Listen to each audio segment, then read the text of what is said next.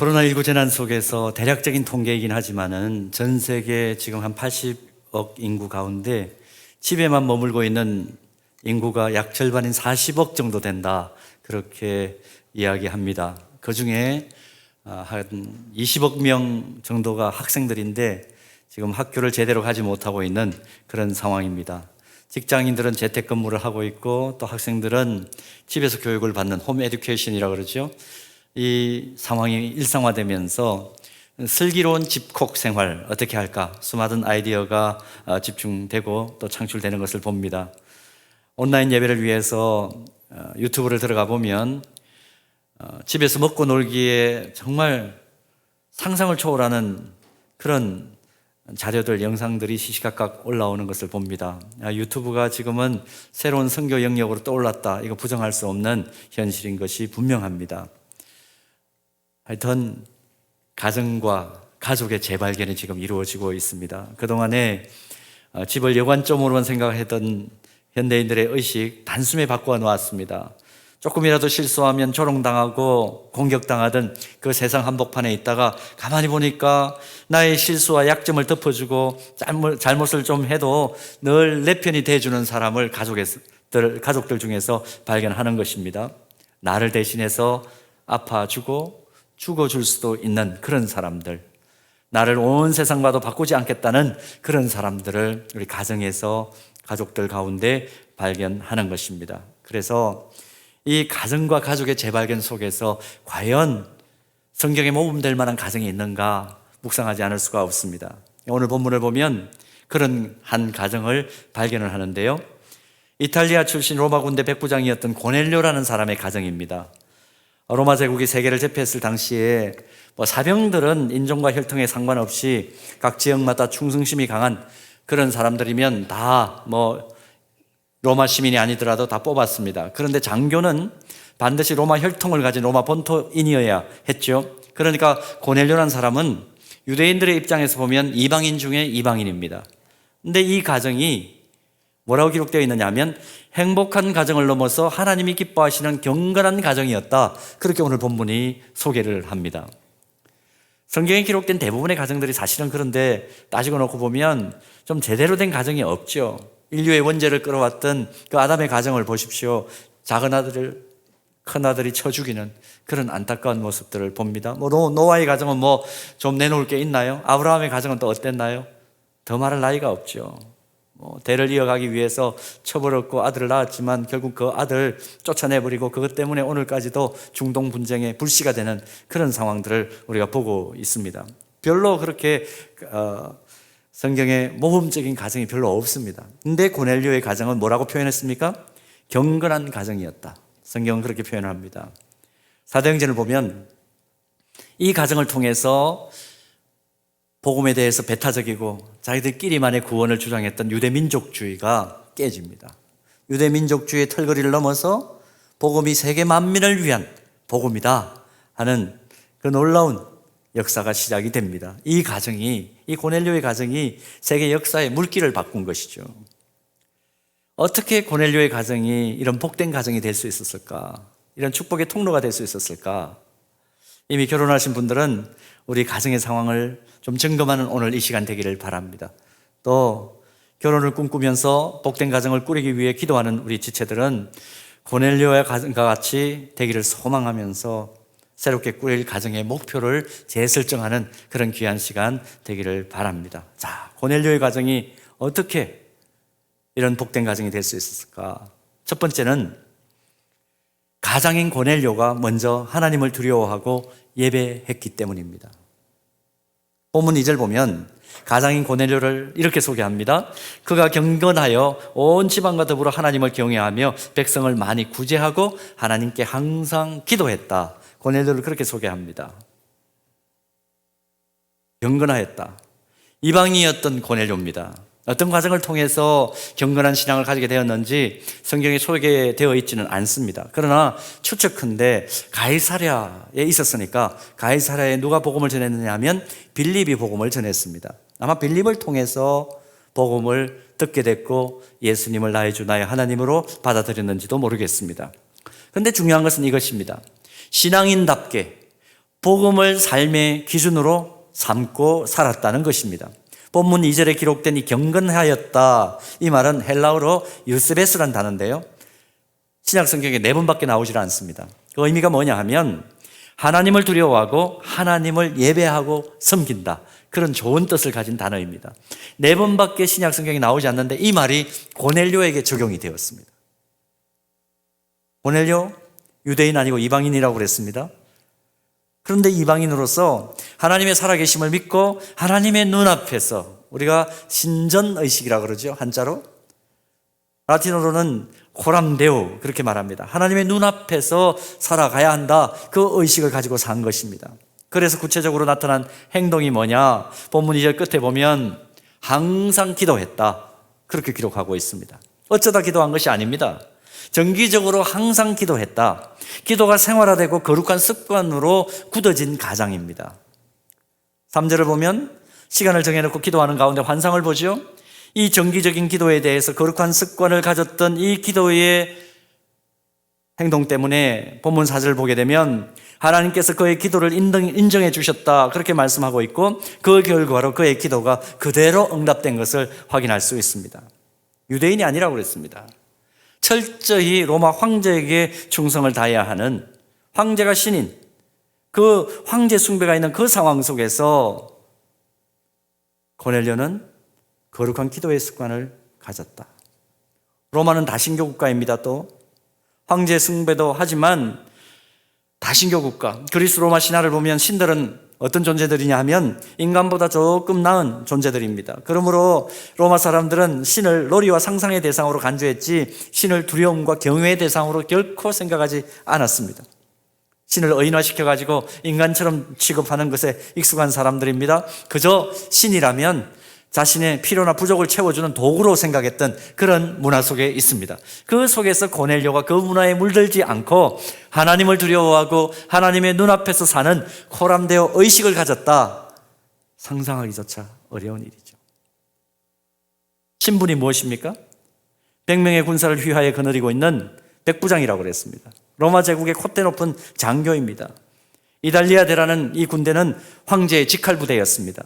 식민지인 유대 지방에 지금 파견을 나온 겁니다. 자긍심을 넘어서 교만이 하늘을 찌르는 그런 사람이고 아나무인으로 살 수 있는 그런 위상을 가진 사람입니다. 권력과 부와 사회적 지위를 가지고 자기가 지배하는 식민지 유대인들 정말 사람 아닌 것처럼 취급해도 되는 그런 상황 속에 있었는데 뭐라고 얘기합니까? 유대인들이 믿는 그 하나님을 경외하고 그들이 믿는 신을 향해 정기적으로 기도하는 습관을 가졌다. 어쩌면 자기 동료들로부터 왕따를 당할 수도 있는 그런 상황이었다 예측할 수가 있습니다. 그러나 하나님을 경외하고 기도의 깊은 세계를 경험한 고넬료, 사도행전 10장 25절 말씀 보면 타인을 향한 그의 삶의 자세가 얼마나 험블했는지, 얼마나 젠틀했는지 내용이 나오는데요. 그 장면이 나오는데 베드로가 복음을 전하러 와요. 고넬료의 요청에 의해서. 그때 베드로의 발 앞에 납작 엎드리죠. 베드로가 고넬료를 만났을 때 이 베드로는 사실 지금 이 베드로의 상황은 별 볼 일 없는 존재입니다. 물론 과거에 한 번 설교에 5,000명씩 회개하고 3,000명이 회개하고 하나님 앞으로 돌아오는 그런 능력이 충만한 베드로이기도 했지만 지금 고넬료를 만나는 상황 속에 있는 이 베드로는 예루살렘이 핍박이 있어가지고 도망을 나온 도망자 신세입니다. 상황을 따져놓고 보면 모든 면에서 베드로보다 더 능력 있는 사람입니다. 그런데 베드로의 발 앞에 납작 엎드립니다. 이유는 단 한 가지. 하나님을 경외하며 기도하는 가운데 영적인 원리를 깨달았기 때문입니다.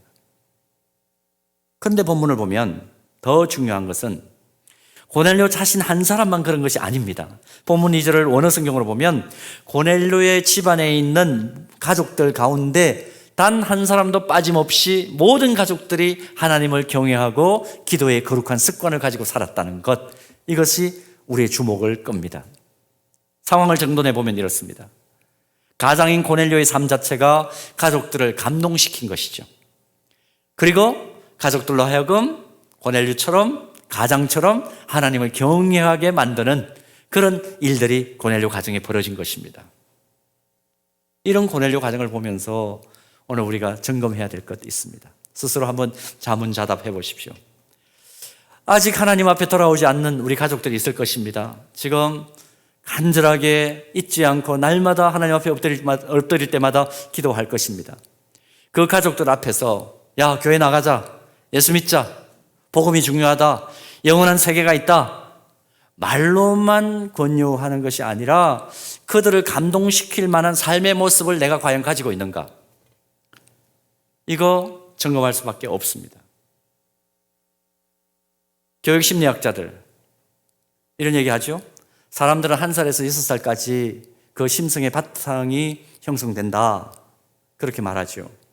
12살까지 자라는 과정 속에 인생을 사는데 꼭 필요한 인생관과 가치관과 세계관이 형성된다고 말합니다. 그런데 이 자녀들이 성장하는 과정 속에 92%가 누구의 영향을 받느냐 하면 부모님들의 영향을 받는다는 것입니다. 나머지 8%가 이제 교회나 학교나 사회생활의 영향을 받는다고 그렇게 말합니다. 여러분, 한 주간에 168시간입니다. 많은 우리 크리스천 부모님들이 착각하고 있는 것이 뭐냐 하면 168시간 동안에 1시간 교회 보내놓으면 이 아이는 믿음의 사람이 될 것이라고 착각하는 것입니다. 그건 아니죠. 그건 아니죠.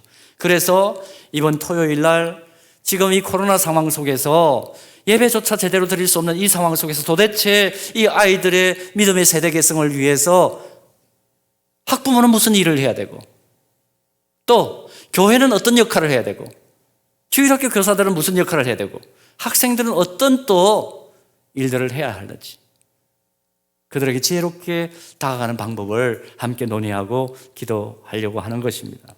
여러분, 우리 자녀들이 바람직한 인생, 복된 인생을 살기 위해서는 가정과 교회와 또 그들의 교육을 책임지고 있는 교사들, 이 삼각편대가 함께 움직여야 되는데 어떻게 할 것인가? 이건 정말 우리의 숙제입니다. 이거 풀어내지 않으면 코로나가 물러가더라도 여러 가지 복잡한 문제가 생길 것이 틀림이 없습니다. 더더군다나 더 중요한 것은 92%가 자녀들에게 영향을 미치는 제1순위가 부모님들인데 과연 우리가 자녀들에게 무엇을 보여줄 것인가 고민하지 않을 수가 없는 것이죠. 지난 6월 둘째 주에 우리가 유아 세례를 하나님 앞에서 베풀었습니다. 그 전날 유아 세례 문답을 하는 자리에서 장로님 중에 한 분이 문답에 임한 어머니들께 이런 부탁을 하는 것 들었습니다.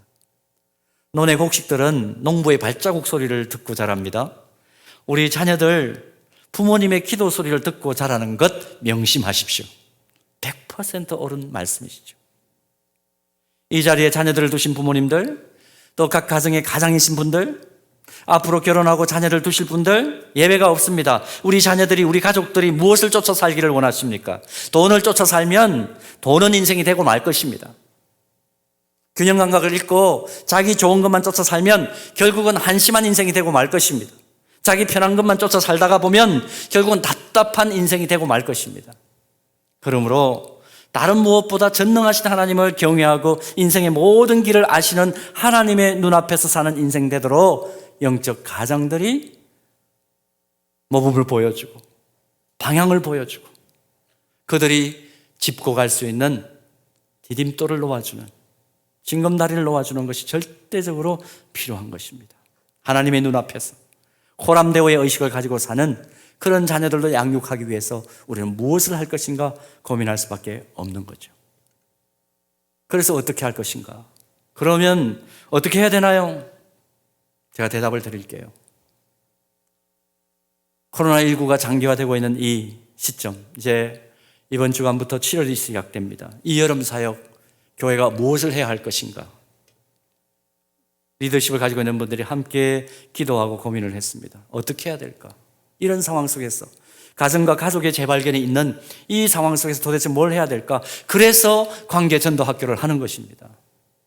관계전도학교를 통해서 우리가 늘 기도하지만 잘 응답되지 않는 가정복음화를 끝까지 인내하고 기도하며 사랑으로 복음을 나누는 방법을 깨닫기를 원합니다. 또 이 여름에 가정예배 준비학교를 통해서 부모님들이 영적 가정으로 훈련돼서 우리 가족들을 은혜의 지성소로 인도하는 효과적인 방법을 나누기를 원합니다. 가정예배 중요한 건 알겠어요, 목사님. 그런데 어떻게 해야 될지 모르겠어요. 어떤 자료를 가지고 해야 되나요? 우리 교회는 또 어떤 방향으로 가야 되나요? 묻는 분들 많습니다. 이번 가정예배 준비학교를 통해서 여러분 가정이 날마다 은혜의 지성소를 경험할 수 있도록 우리 함께 전략을 나누고 방법을 함께 나누는 귀한 시간 되기 위하여 가정예배 준비학교를 하는 것입니다. 여러분 가정예배 그냥 성경 펼쳐놓고 하면 되지? 아닙니다. 어렵습니다. 그동안 한 번도 제대로 예배 드리지 않았는데 야 가정예배 드리자 속으로 뭐라 그럴까요? 아이들이 우리 아빠가 오늘 조금 이상하네. 분명히 그렇게 생각할 겁니다. 효과적으로 자녀들하고 소통하는 방법을 배우십시오. 또 실제적으로 가정예배를 어떻게 인도해야 될는지 나는 지금 어디 뭐 대표기도라 그러면 대표기도도 제대로 못하는데 내가 어떻게 기도 인도를 할 수 있어? 우리 아이들에게 어떻게 내 영적인 민낯을 다 드러내 보일 수 있어? 함께 가정예배 준비학교를 통해서 여러분 훈련받고 준비하시기를 바랍니다. 이 여름 가정과 가족의 재발견, 이것이 중심 주제가 된 코로나 상황 속에서 무엇보다 우리 온 가족들이 살아계신 하나님의 눈앞에서 사는 경건과 기도의 능력을 회복하는 은총이 우리 모두에게 있기를 축복합니다. 자, 그런가 하면 두 번째로 고넬료 가정이 이 경건한 가정이라 그렇게 인정을 받을 수 있었던 이유는 이웃의 필요를 채워주는 가정이었기 때문입니다. 고넬료의 경건은 단순히 내적 경건에 그친 게 아니었습니다. 본문 2절 말씀 보면 백성을 많이 구제하였다 그렇게 기록되어 있죠. 자신의 주변에 있는 사람들을 불쌍히 여기고 그들의 필요를 채워주는 멋진 하나님의 사람이었다는 것입니다. 그래서 본문 4절 보면 고넬료가 주변 사람들을 섬기는 구제 행위가 하나님께 상달돼서 하나님이 인정해 주실 정도였다 그렇게 기록하고 있습니다. 고넬료 지금 어떤 사람입니까? 식민지의 대리 통치자입니다. 자기 백성도 아닌 자기가 지배하는 백성, 당시에 사람 취급도 하지 않고 물건 취급하는 그 사람들에게 필요를 공급하고 그들을 섬기고 구제한다는 거, 이거 분명히 쉬운 일 아니었을 거예요. 그런데 사도행전 10장 22절 말씀 보면 그들의 종들도 고넬료의 구제를 인정하고 칭찬했다 그랬습니다. 여러분, 존경받는 윗사람이 된다는 거 얼마나 어렵습니까? 얼마나 어렵습니까? 어느 분이 그런 얘기를 하더라고요. 담임 목사 하기 쉽지 않죠? 근데 꼭 기억하십시오. 어느 선배님이 저한테 한 얘기입니다. 담임 목사 되는 것은 되는 순간부터 욕먹을 각오를 하는 것입니다. 그렇게 얘기를 하더라고요. 칭찬 기대하지 말라는 거죠. 윗사람이 된다는 게 참 어렵다 하는 것을 상징적으로 표현하는 겁니다. 여러분도 욕한다는 얘기는 절대로 아닙니다. 아래 사람들로부터 칭찬받고 존경을 받는 건 정말 어렵다는 것, 인생을 좀 살아보면 다 아시지 않습니까? 고넬료의 구제 행위는 단순히 보여주기식이 아니었다는 것이죠. 야고보서 1장 27절 말씀 보면 그리스도인이 가져야 될 진정한 경건의 기준을 이렇게 밝힙니다. 하나님 아버지 앞에서 정결하고 더러움이 없는 경건은 곧 고아와 가부를 그 환난 중에 돌아보고 또 자기를 지켜 새 속에 물들지 아니하는 그것이니라. 어떤 사람이 또 어떤 가정이 하나님께서 인정하실 만한 진정으로 경건한 사람이고 경건한 가정인가를 정확하게 밝혀주는 말씀 아닙니까? 자신의 주변에 필요한 것이 채워지지 않은 이들에게 스스럼 없이 도와주고 나누어주고 연약한 이들 가운데 핍절한 것이 있다면 그 필요를 채워주는 사람과 가정이 진정한 경건의 모습을 소유한 그리스도인이요 믿음의 가정이다. 오늘 그 교훈을 받습니다. 이제 마스크는 우리에게 생필품이 되었습니다. 마스크가 생필품이 된 상황 속에서 여기서 마스크로 이웃을 효과적으로 섬기는 집사님 한 분을 제가 만났습니다. 이분 외출할 때마다 가방에 마스크 여분을 두세 장 꼭 더 챙겨갑니다. 이렇게 한 계기가 뭐냐면 버스를 한번 탔는데 남학생 둘이 마스크를 쓰지 않고 탔더래요. 기사분이 날카롭게 얘기하더랍니다. 야, 마스크 안 했네? 빨리 내려! 이러더라고요. 그 상황을 본 거예요. 이 친구들이 카드를 찍고 버스 안에 올라왔는데 얼굴이 벌개지면서 그냥 내려버리더랍니다. 그 모습을 보고 그때부터 마스크 여분을 챙기기 시작했대요. 그런데 어느 날 아침에 출근길에 횡단보도 건너려고 써 있는데 옆에 등교하는 같은 아파트 사는 여중학생이 엄마한테 전화를 하는데 내용이 그렇더랍니다. 엄마 마스크 줄이 끊어졌는데 어떡해? 집에 다시 갔다 오면 학교 넣는데 어떡하냐고 전화 통화하는 소리를 들었답니다. 그 순간에 학생에게 학생을 위한 마스크 여기 있네 그러면서 마스크를 건넸대요. 그리고 난 뒤로부터 이제 같은 아파트 단지에 사니까 학생을 종종 마주치는데 그렇게 반갑게 인사를 한답니다. 그래서 기회가 되면 복음을 전할 수 있는 기회를 달라고 지금 기도하고 있다. 그 얘기를 들었습니다. 여러분, 섬김과 나눔에 익숙한 것, 이거 중요합니다. 긴 시간 아프리카에서 난민 사역을 하다가 이 코로나 때문에 어쩔 수 없이 비자발적으로 철수를 해서 지금 귀국을 한 선교사님이 저에게 이런 얘기 했습니다. 한국에 들어와서 몇 교회를 다녀보고 난 뒤에 자기가 어떤 분위기를 느꼈느냐 하면 한국에 정말 와보니까 맛집이 너무너무 많대요. 맛집이 너무너무 많대요. 그래서 자기도 좋긴 한데 근데 교회를 한 번씩 이렇게 가보면 성도들이 모일 때마다 논의하는 주제가 뭐냐 하면 오늘은 무엇을 먹을까? 그게 중심 주제로 들리더라는 겁니다. 논의의 주제들이에요. 기근에 시달리는 난민들을 생각하고 특히 북한 주민들을 생각하면 너무너무 마음이 아프다. 그 얘기를 저에게 들려주셨어요. 이 좁은 한반도에는 지금은 어떤 상황입니까? 한쪽에는 배가 불러서 죽겠다고 아우성이고 또 다른 한쪽은 만성 기근으로 인해서 배고파 죽는 상황에 지금 내몰려 있습니다. 6.25 전쟁 70주년을 지난 주간에 맞이했잖아요. 목요일날 맞이했습니다. 평화의 꿈을 갖기보다는 남북이 여전히 초강경 대치 상황 속에서 오히려 더 일촉즉발의 그런 위험을 가지고 있는 상황을 우리가 보고 있습니다. 6.25 전쟁 3년 기간 동안에 300만 명이 죽었습니다. 220만 명은 민간인, 80만 명은 군인입니다. 전쟁이 일어나면 이제 다 죽는 겁니다. 어쩔 수가 없습니다. 도대체 어떻게 해야 될지, 하나님께서 이 기구한 상황 속에 있는 한반도의 미래를 어떻게 섭리해 나가실지, 무도한 정권 아래에서 지금 가을 추수 때까지 절체절명의 기근 상황에 빠져 있다는 이 동포들의 안위는 어떻게 되는 것인지 기도할 수밖에 없죠.